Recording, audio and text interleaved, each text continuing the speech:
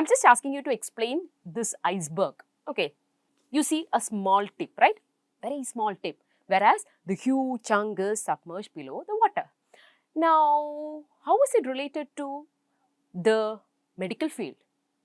You know, the diseases that we see in the community can be compared to the iceberg. Okay, that means what you see, the disease is exactly similar to this iceberg, because you know, we have something known as spectrum of disease. By the way, what do you mean by spectrum of disease? We have already learned about spectrum of health. In that, I have actually mentioned about what spectrum of disease as well. It is a graphical representation of variations in the manifestation of disease. Is a graphical representation of variations in the manifestation of the disease. Because at one end, you will see subclinical infections which are not ordinarily identified, and on the other end, you will see fatal diseases and those diseases with overt signs and symptoms. Whereas, what you have in the middle, that constitute the largest portion of diseases that we see in the community, which ranges from mild to severe cases and which usually go unnoticed.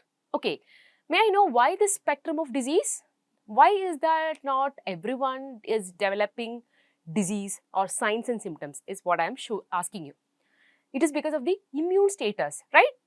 Take the case of leprosy, take the case of HIV, take the case of TB, COVID. We know that, of course, there is something known as incubation period or latent period.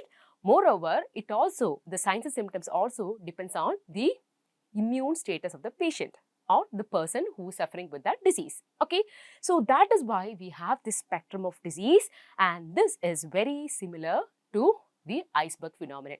That means what the physicians see in the hospital or what comes to our notice will be just the tip of an iceberg, whereas the disease, all the other part will be submerged below the water.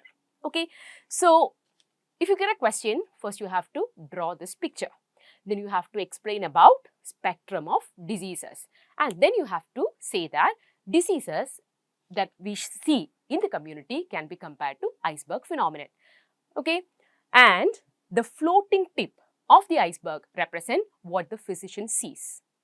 Okay, that means the clinical cases, whereas the vast submerged portion